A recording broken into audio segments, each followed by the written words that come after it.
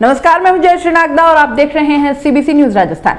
Shahjahanpur border पर 50 दिन से डटे किसानों के लिए मनोरंजन के साधन बड़ी ताकत बनकर उभरे हैं। कृषि कानूनों के खिलाफ उनके हौसले को न ठंड डिगा पाई, न बेमौसम बरसात और न ही सरकार के वादे। बॉर्डर पर कहीं लोकगीत गाए जा रहे हैं तो कहीं कठपुतली का प्रदर्शन हो रहा है, गीत गुनगुनाए जा रहे हैं तो कोई गिटार पर संगीत छेड़ रहा है। इन सब के बीच आंदोलन की जीत की उम्मीद लिए प्रदर्शनकारियों के 50 दिन गुजर गए। ये सोचकर वे खुद भी हैरान हैं। हालांकि खेतों के लिए उन्होंने पहले ही मैनेजमेंट कर दिया था, इसलिए फसलों की अब उन्हें ज्यादा चिंता नहीं रह गई। उन्हें उम्मीद है कि रबी के सीजन में बम्पर पैदावार होगी और कृषि कानून पर हमारी जीत के साथ ही लौटेंगे। कभी यहाँ ढोल की थाप सुनाई देती है तो कभी यहाँ आदिवासी क्षेत्र के लोकगीत गाए जाते हैं। आए दिन नित नए मनोरंजन के तरीकों से उनका समय कटता है। खुद किसानों का यह मानना है कि इन मनोरंजन के साधनों के बिना बुजुर्ग किसानों का समय कटना बहुत मुश्किल हो जाता है। पिछले करीब एक सप्ताह से बॉर्डर पर बॉलीवुड के कलाकार भी आने लगे हैं। आसपास के क्षेत्र के वो फिल्म व धारावाहिकों में काम करने वाले अभिनेता व अभिनेत्री आ रहे हैं।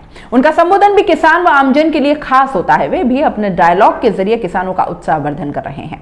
अब पिछले कुछ दिनों से महिलाएं ट्रैक्टर चलाकर आने लगी हैं। उनके साथ बड़ी संख्या में दूसरी महिलाएं आती हैं। बॉर्डर पर आने के बाद इनके गीत व भजन शुरू हो जाते हैं। सबके गीतों में मोदी, अडानी व अंबानी का नाम सबसे अधिक होता है। बॉर्डर पर हरियाणा, राजस्थान, गुजरात व महाराष्ट्र के काफी बुजुर्ग किसान भी आंदोलन में आ गए हैं। वे अपने क्षेत्र के देसी गीत व भजनों में मस्त रहते हैं। एक प्रदेश के लोग दूसरे प्रदेश के लोगों के लोकगीतों से भरपूर मनोरंजन करते हैं। बीच बीच में कुछ युवा पहुंच जाते हैं जो अपने गिटार से नए दौर के गीत ले आते हैं। उनको सुनने में भी किसान खूब दिलचस्पी लेते हैं।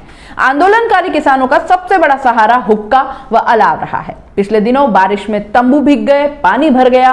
उन दिनों में किसानों को अलाव व हुक्के का सबसे बड़ा सहारा मिला। पूरी रात अलाव के आगे निकाली है।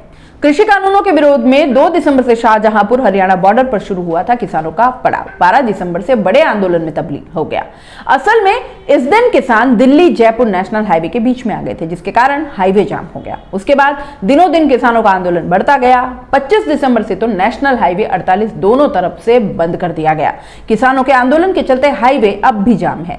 इतने दिनों के बीच में किसानों के लिए उनकी लोक कलाएं ही सबसे बड़ा मनोरंजन का साधन बनी है। बॉर्डर पर आंदोलनकारियों के बीच हरियाणा व अलवर जिले के आसपास के किसान भी बीच बीच में पहुंचते हैं। आवश्यक खाद्य सामग्री लेकर जाते हैं। ग्रामीण भोजन बनाने से लेकर परोसने में पूरी मदद करते हैं। गांवों से किसानों के लिए छाछ आती है, कच्ची सब्जी पहुंचती है, जिससे किसानों का भोजन तैयार होता है। आंदोलन को चरणबद्ध तरीके से आगे बढ़ने और नई नई मशीनों का बॉर्डर पर आने से भी किसानों के बीच उत्सुकता बनी रहती है। यहाँ करीब 1 दर्जन से अधिक गर्म पानी की मशीनें लगी हैं। रोटी बनाने व कपड़े धोने की मशीनें भी यहाँ लगी हैं। आंदोलनकारियों के बीच दूर दराज क्षेत्रों के नेता भी पहुंच रहे हैं। दिन में कई बार उनके भाषण सुनते हैं। उनके साथ कार्यकर्ता व किसान भी आते हैं। सब अपने अपने तरीके से केंद्र सरकार पर प्रहार करते हैं। बॉर्डर पर आंदोलन के रोजाना नए रूप सामने होते हैं। मुख्य रूप से यहाँ लोकगीत व कलाओं के जरिए किसानों का मनोरंजन होता है। सीबीसी न्यूज राजस्थान की यह खबर आपको कैसी लगी, नीचे कमेंट करके जरूर बताएं। अगर आप YouTube पर देख रहे हैं तो सीबीसी न्यूज का चैनल सब्सक्राइब करिए। पास में दिख रहे बेल आइकन को भी दबाइए, ताकि जब भी हम आपके लिए कोई खबर, कोई जानकारी लेकर आए तो सबसे पहले आपके पास नोटिफिकेशन पहुंचे। अगर आप Facebook पर देख रहे हैं तो सीबीसी न्यूज का पेज लाइक करिए। अगर आप Instagram पर देख रहे हैं तो आप हमें फॉलो कर सकते हैं।